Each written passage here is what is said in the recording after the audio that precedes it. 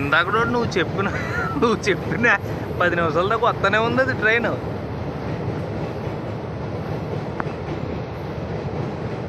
Signal ఇచ్చున్నాడే, ఆడు వచ్చేసి bridge మీద కూర్చొని ఉన్నాడు.